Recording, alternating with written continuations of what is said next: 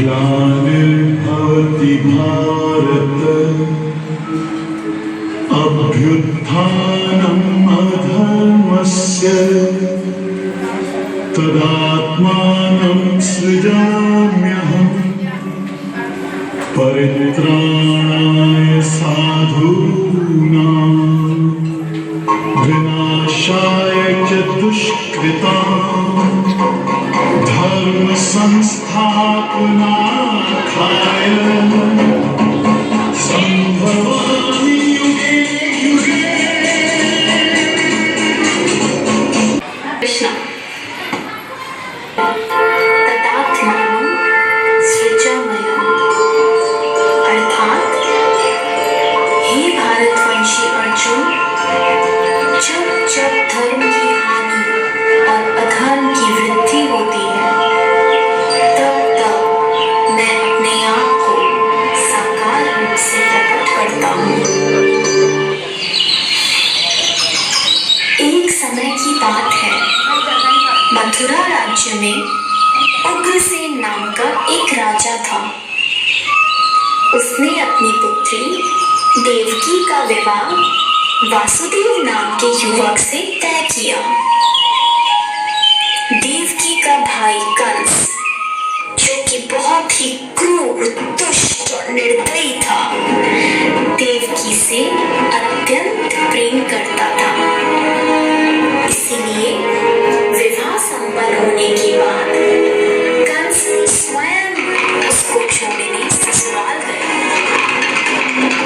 जब वह रथ में जा रहे थे तब बीच रास्ते में उनको आकाशवाणी सुनाई दी। हे दुष्ट कंस, तूने इस धरती पर बहुत पाप किए हैं, इसलिए इस धरती पर से तेरे पाप नष्ट करने के लिए देवकी का 8वां पुत्र जन्म लेगा और वही तेरा विनाश करेगा। यह सुनकर कंस अत्यंत भयभीत व क्रोधित हो गया।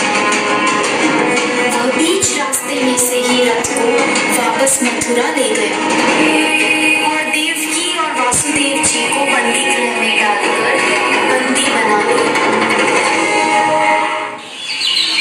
समय बीतता गया।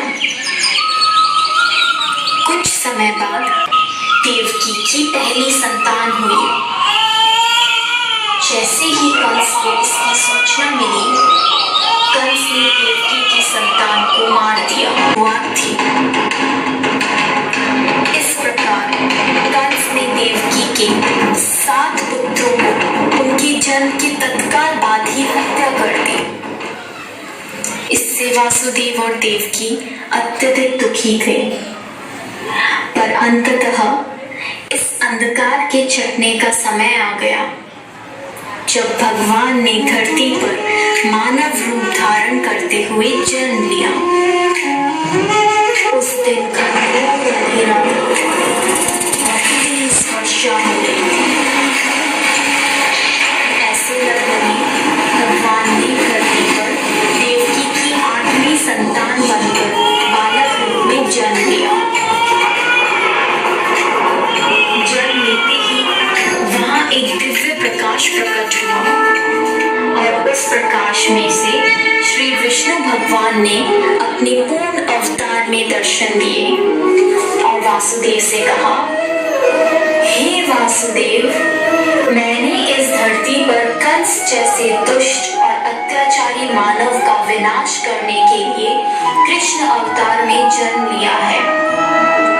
अतः मैं आपसे विनती करता हूँ कि आपके दोस्त नंद के घर ले चले, जहाँ उनकी पत्नी यशोदा ने बालिका को जन्म लिया है।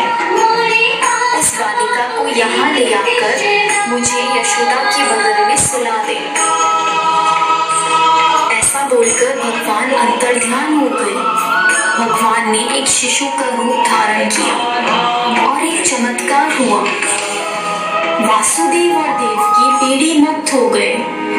कारागार के द्वार अपने आप खुल गए।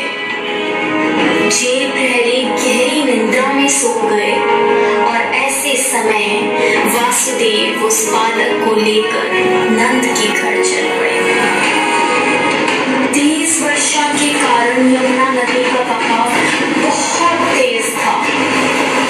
यमुना नदी ने वासुदेव और उनके पुत्र के लिए रास्ता बना दिया और शेषनाग ने प्रकट होकर कृष्ण भगवान को अपने फन फैलाकर तेज बारिश से बचाया। आखिरकार वे नंद के गांव पहुंचे और कृष्ण को यशोदा की बगल में लेटाकर उनकी पुत्री को वापस बंदी गृह ले आए। वहां पहुंचते ही बंदी गृह के दरवाजे स्वयं बंद हो गए। सारे जेल प्रहरी उस पुत्री के रोने की आवाज सुनकर जाग गए और कंस को सूचित किया।